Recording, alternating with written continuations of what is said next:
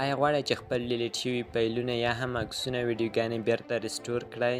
نو حتما دغه ویډیو تر پایه درسره وګورئ.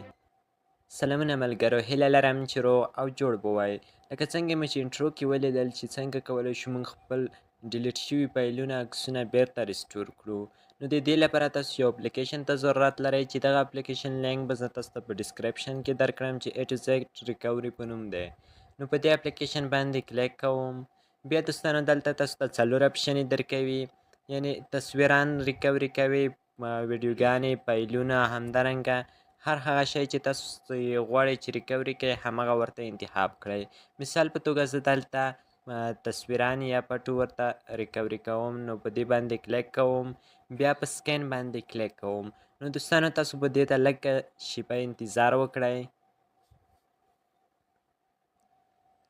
نو هغه عکسونه چې موږ ډیلیټ کړي بیرته ریسټور شول. تقریبا 7000 عکسونه چې ما ډیلیټ کړي هغه بیرته زما په موبایل کې ریسټور شول. نو دوستانو زموږ دغه ویډیو تر همدې ځایه وه. که چیرې ویډیو مو خوښه شوې ویډیو در سره لایک او شیر کړئ. که چیرې کومه پوښتنه لرئ حتما موږ څخه په کمنټ کې پوښتنه کولی شئ.